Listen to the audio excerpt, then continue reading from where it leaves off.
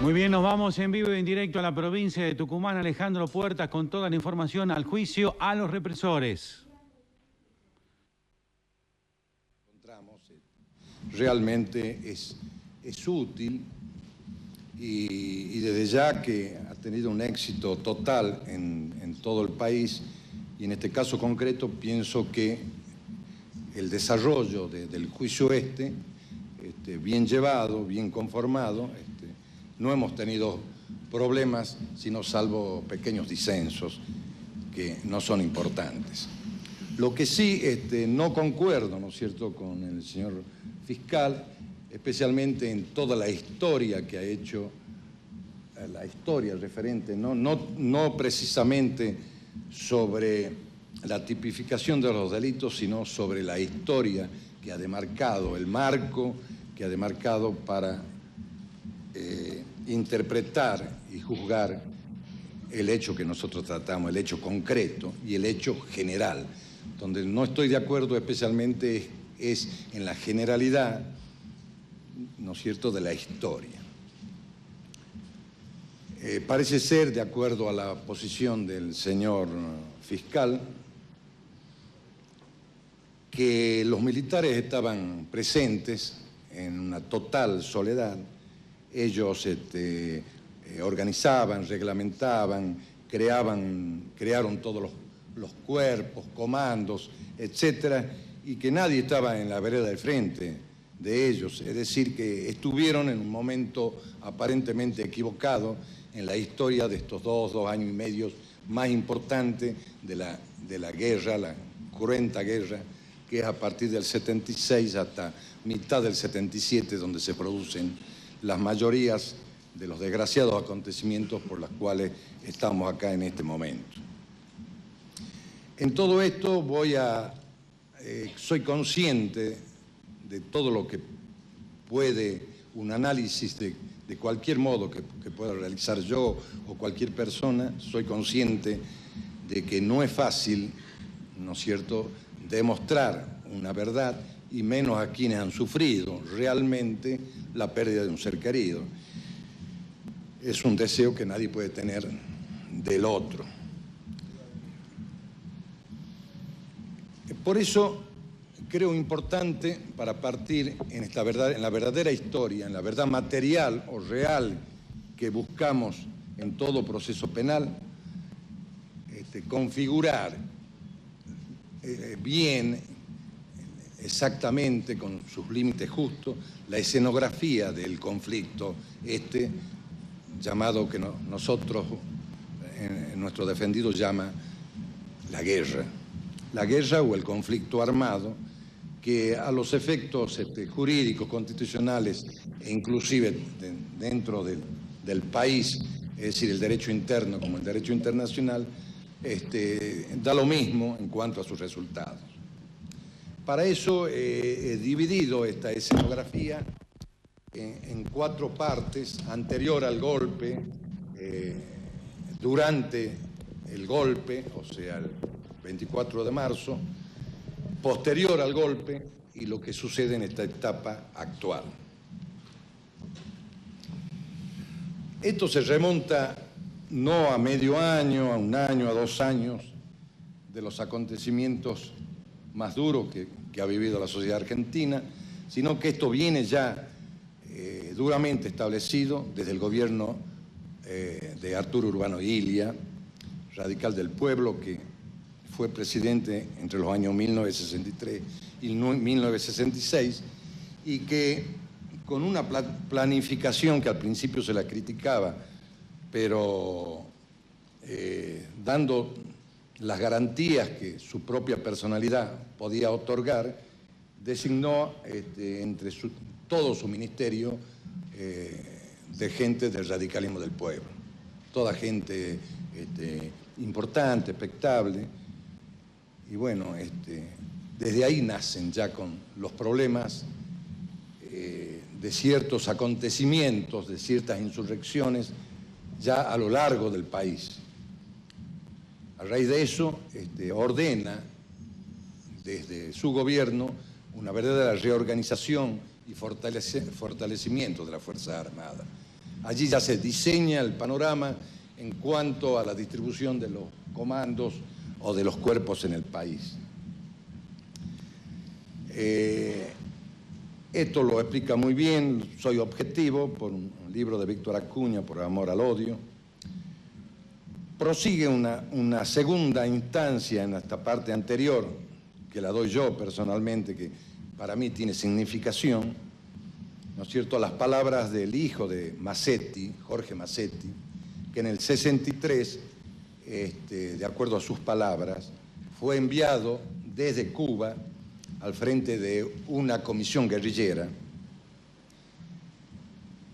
conforme a la cual quien planeaba tomar la dirección de esto una vez producido el asentamiento era precisamente el Che Guevara, es decir, era un movimiento guevarista.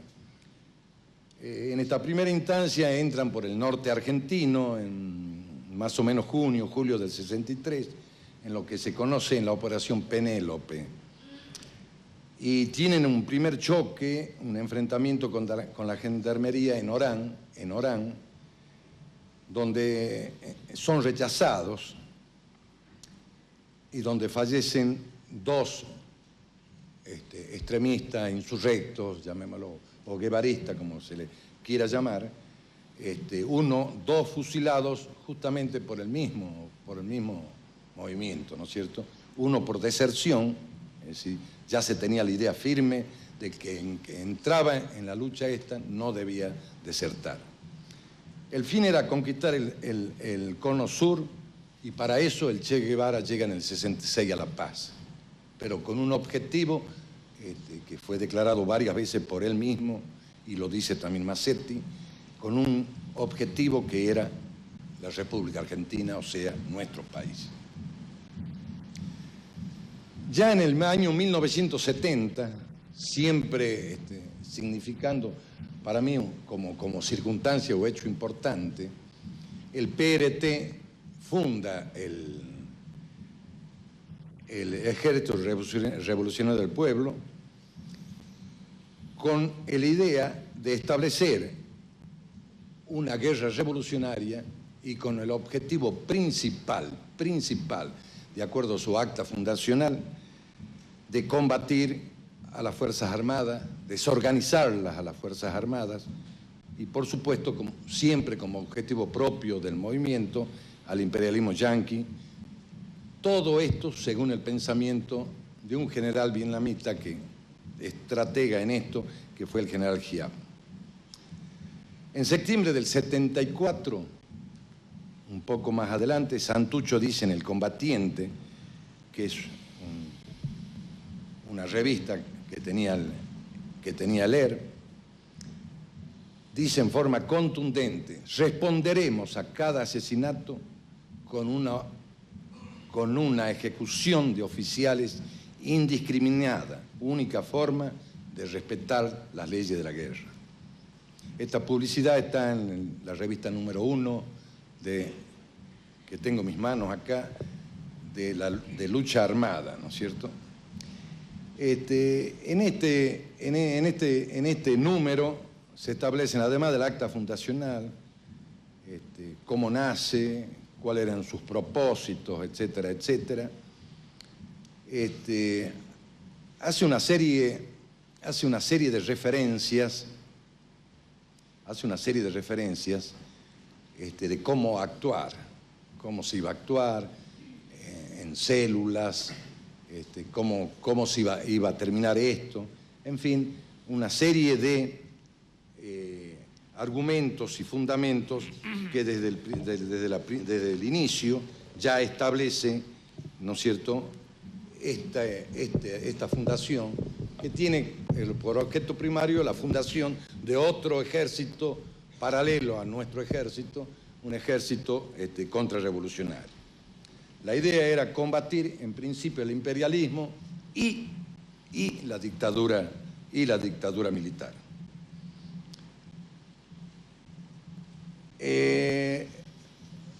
En esto encontramos una serie de respuestas, de interrogatorios que se le hacen a distintos combatientes, donde nace para uno que no conocía nada de esto, realmente con claridad cuál es el objetivo herpiano. Ellos en principio sostenían una respuesta que la da uno de ellos, creo que Miguel, que dice, y bueno, el enemigo, los malos eran la policía y la represión. Es decir, ellos primero comienzan con el tema claro y preciso de los medios de seguridad de la policía.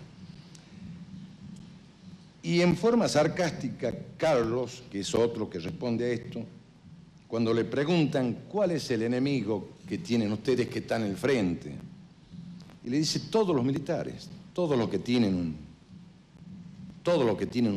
uniforme militar, y un poco irónicamente dice salvo los heladeros. Es decir, eso nace con toda claridad y a posteriori inclusive hacen publicaciones partidarias donde amplía toda la idea de adversarios y adversidad al frente, que decía una proclama, una publicación partidaria, así se identifica a los enemigos del pueblo. Generalmente son policías, militares y delatores al servicio de nuestros explotadores. Ya un poco más allá, y más precisamente en enero del 74, 19, 20 de enero del 74, en el conocido, en la conocida toma o pretendida toma del regimiento de Azul, provincia de Buenos Aires,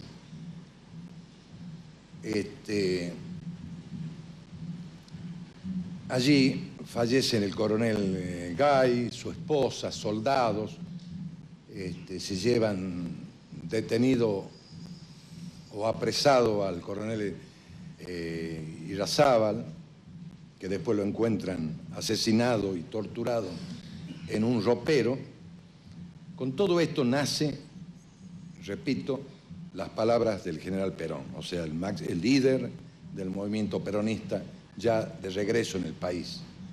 Y él expresa con mucho fastidio que no se debía permitir este avance de estos movimientos insurrectos a una dirección foránea. A él le gustaba decir foránea y no extranjera, que además de esto está constituida por mercenarios. Eso lo dijo el general Perón enero de 1974. Y sabemos quiénes son los mercenarios.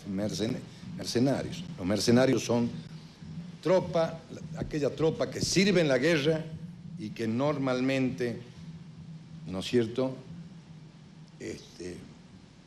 lo hacen por dinero y encargados por el extranjero, por el foráneo. Prosigue todo esto así corto, hay por supuesto todos sabemos que la historia de esta parte de los acontecimientos hasta fines del 75 es larga, pero tenemos que apuntar en esto que Perón, en la época de Perón y en la época que termina esto, hay asesinados 852 personas hasta diciembre del 75, entre civiles, militares, policías, gremialistas, ¿no es cierto? Allí fallecen al último Timoteo Bandor, Alonso, Rucci, que también le provoca también un fastidio total al general Perón.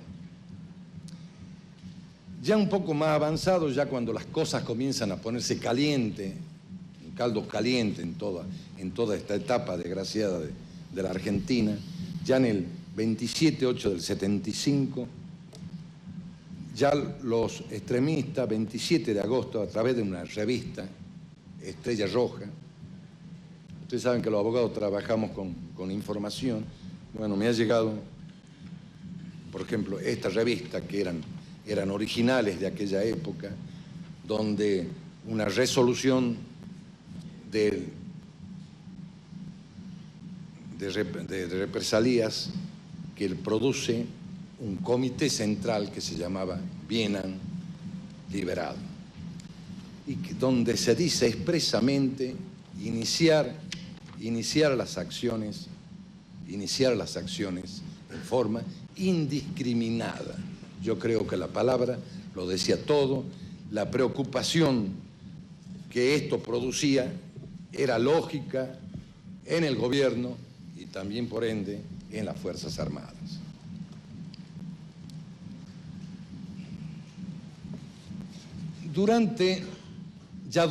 Esto es anterior, ya durante la etapa esta del 24 de marzo del 76, evidentemente lo reconozco, del llamado golpe de Estado a la presidenta constitucional Isabel de Perón, comienza ya lo que para nosotros es una verdadera guerra o un conflicto armado bastante serio. Aquí el coronel Chávez, por ejemplo, lo dijo claro, era una guerra no clásica, pero era una guerra donde era necesario contrarrestar la ofensiva terrorista. Eso lo dijo más o menos textualmente.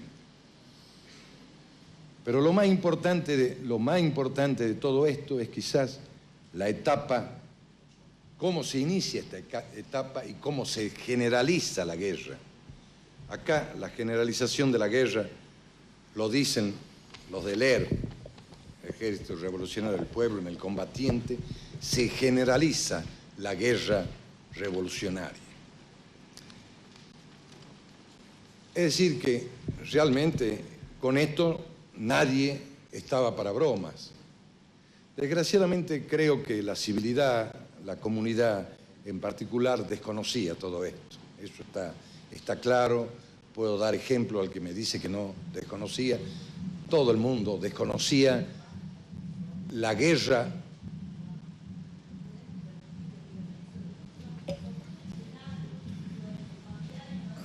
Bueno, silencio, por favor. Bueno. Estoy haciendo referencia a algo objetivo, algo que yo no lo he dicho. Siga haciendo uso del derecho de defensa y, por favor... Yo no lo he dicho, estoy diciendo, repitiendo. Está haciendo uso del derecho de defensa. Y el que no lo entienda, efectivamente, está perfecto, se retira. El que no lo entiende, si no lo entiende lo que es un proceso judicial, lo lamento.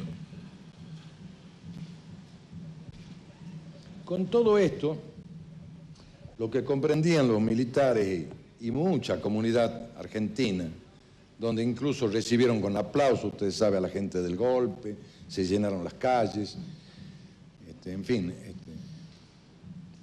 algo que si bien no era constitucional, aparentemente el país o no estaba preparado o estaba preparado suficientemente para comprender que este era un motivo de preocupación real y efectiva.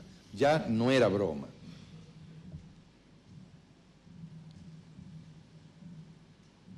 Por supuesto que no admitimos, ya en esta época, durante esta época, el mismo Sábato decía que a los delitos del terrorismo las Fuerzas Armadas respondieron con un terrorismo superior, que yo pienso que en una lucha armada, quien pretende defenderse lo tiene que hacer necesariamente con una fuerza mayor. Es como la defensa propia, ¿no es cierto?, que es un elemento lógico, ¿no es cierto?, del derecho penal.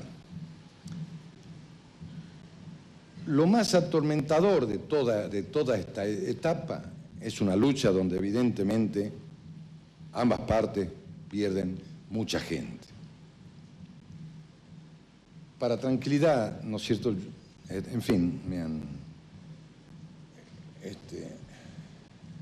expresiones como la que escuché recién me ponen mal porque realmente mis pensamientos van en otra cosa. Quiero aclarar que aquí en esta etapa, ¿no es cierto?, vamos a hablar en su momento dado, todos hemos sentido en ¿no es cierto?, los que claman muchos las desapariciones, pero ese es un aspecto que hay que considerarlo por separado.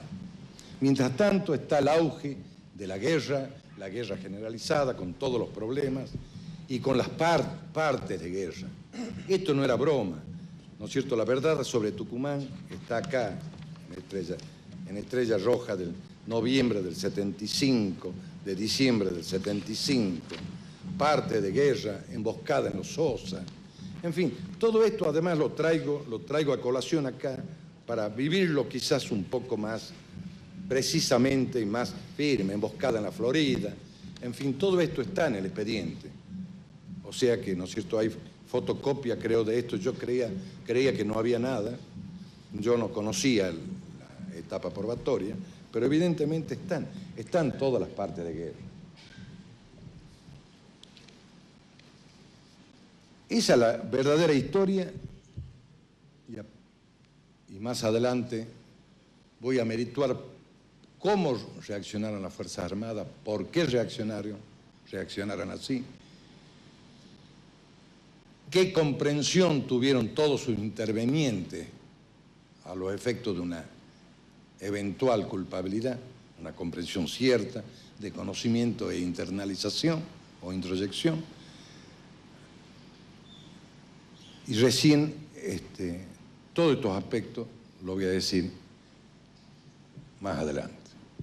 Viene una etapa también con hechos significativos cortos a mi entender, que son todos los efectos que producen a posteriori de esto.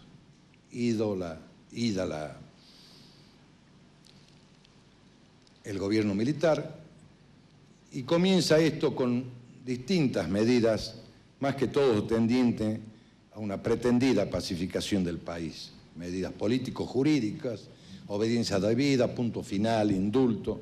Hoy, todas estas eliminadas de una u otra forma por la justicia argentina. Ya un poco más adelante, ya con el gobierno de Raúl Alfonsín, tenemos esas manifestaciones que se hacen en contra de su gobierno y la reacción de Alfonsín, en el caso concreto, en contra de Perdía y Vaca Narvaja, sobre los cuales Raúl Alfonsín, ordena la persecución de ambos. Esto está reconocido por los propios Perdía y Vaca Narvaja en su libro Existe otra Argentina posible, con un prólogo de Firmenich que luego lo voy a evaluar, ponderar en sus justas medidas. Se producen así las cosas.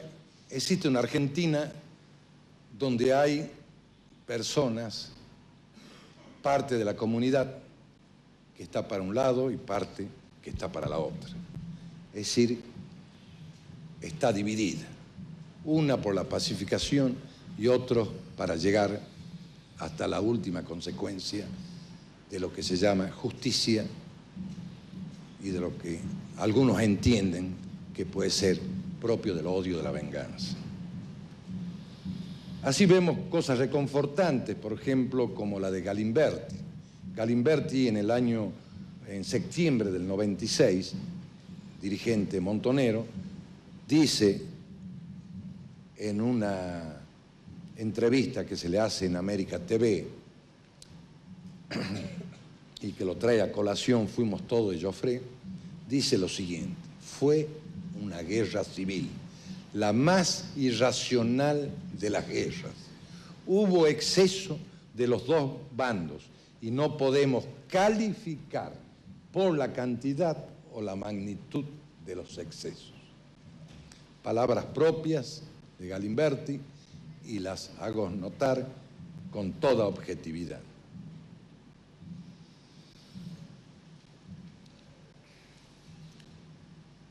Se ha hecho la referencia de abogados en Tucumán.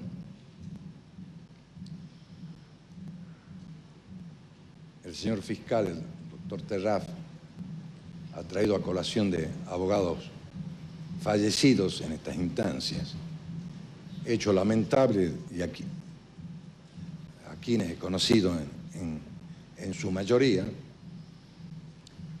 Pero recordemos que también otros abogados han estado en las distintas etapas y no podemos decirle que son delincuentes, de ninguna manera. Hemos tenido un vocal de corte hasta hace poco tiempo, hasta hace, no sé, 6 meses, 5 meses, el doctor era Maidana, ¿no es cierto? Militar, nadie dijo nada.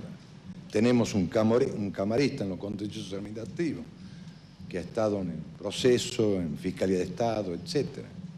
Lo tenemos al doctor Ferrer, excelente persona, Emilio Ferrer, que ha sido integrante de la Fiscalía de Estado del general Merlo en el año 1979, excelente persona. En fin, es decir, todo esto lo digo para hacer notar cómo de cualquier manera se integran las cosas con personas de bien y cuando prima más que todo la objetividad y el sentido común. Se lo ha criticado a Sábato por su prólogo, se lo ha criticado por aquello que dijo, lo que pasó en la Argentina fue un poroto a los lados de crímenes de José Stalin en Rusia. Claro, lo que no dice mucho, porque en Rusia pudieron ser 20 millones, pero lo mismo, yo entiendo que lo mismo son 50, 100.000 o 2.000. Es la historia que se comienza a escribir así, con escritores que están jurídicamente de un lado y jurídicamente del otro, y en formando la historia de un lado y de otros. Por supuesto que si vemos solamente unos escritores sin dar paso a la letra de otros, vamos a tener una historia distinta, una historia dividida, no consensuada, no pensada, no de pacificación. Llegamos así en la cuarta etapa de esta escenografía, digamos, histórica, así concebida por mí en pequeño, ¿no es cierto? Y bueno, se conoce hoy en día como definición del problema todas las situaciones y circunstancias que incluso nos tienen hoy en día ocupados en estos juicios y seguramente en miles de juicios en el país. Todos los informes, todas las designaciones, todos los impulsos a este nuevo proceso se realizan desde el Poder Ejecutivo Nacional.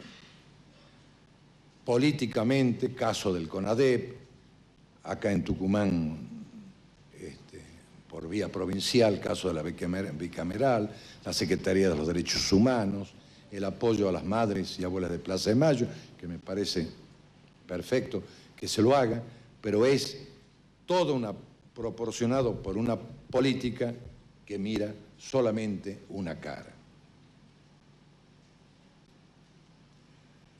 De esa manera yo pienso que no puede haber justicia, que no es justicia cuando hay intromisión política.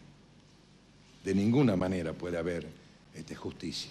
Cuando interviene el Poder Ejecutivo o el Poder incluso legislativo, cambiando leyes a correr, antes proyectos para evitar la prisión domiciliaria, antes proyectos ya para el genocidio, ¿no es cierto? Que, por supuesto, al no haber títulos abiertos, ¿no es cierto?, títulos cerrados, perdón, se pretende, ¿no es cierto?, para cumplir con el principio de legalidad, tener los tipos cerrados. Actualmente también en todo esto se está provocando una carrera de pruebas que no son buenas. No solamente no son frescas, ya inmediatamente a los hechos que se puede criticar, que no sean buenas por las presiones que podían haber en esa época, pero ya en el 83, 84, con Alfonsín otra y hoy día acá otras, con un alto nivel de prueba fraguada, de prueba pergeñada, prefabricada. Así las cosas, no puede haber seguridad jurídica. Esto va en camino de terminar con la finalidad propuesta, el objetivo propuesto inicialmente de destruir la Fuerza Armada y destruirla terminantemente y en forma total.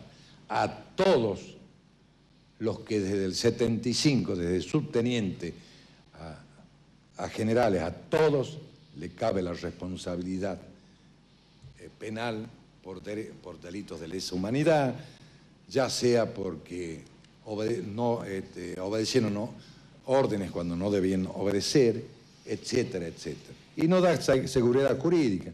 Y la prueba es que cuando se quiso dar seguridad jurídica, por ejemplo, que en el año 71, cuando se crea la Cámara Federal, que todos conocemos acá, Cámara Federal Penal, se detiene y priva en el país alrededor de 4.060, dicen, personas, se priva de la libertad. Y dentro de toda esa Cámara Federal Penal comienza una tarea y la cumple, pero fíjese que la cumple y llegan condenas, a la condena de alrededor de un 1%, se condena solamente a 46 personas. Es decir, eso usted puede decir, bueno, hay una seguridad jurídica, pero aquí no estamos en pos de una seguridad jurídica, porque acá tienen que caer todos, vía teoría de Roxin mal aplicada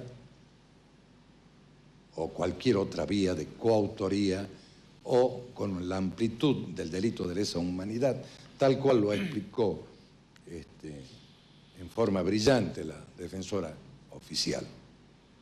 ¿No es cierto? Lesa humanidad, caemos todos y bueno, terminaremos con eso y seguiremos con el odio, la venganza y el envenenamiento de todas estas cosas.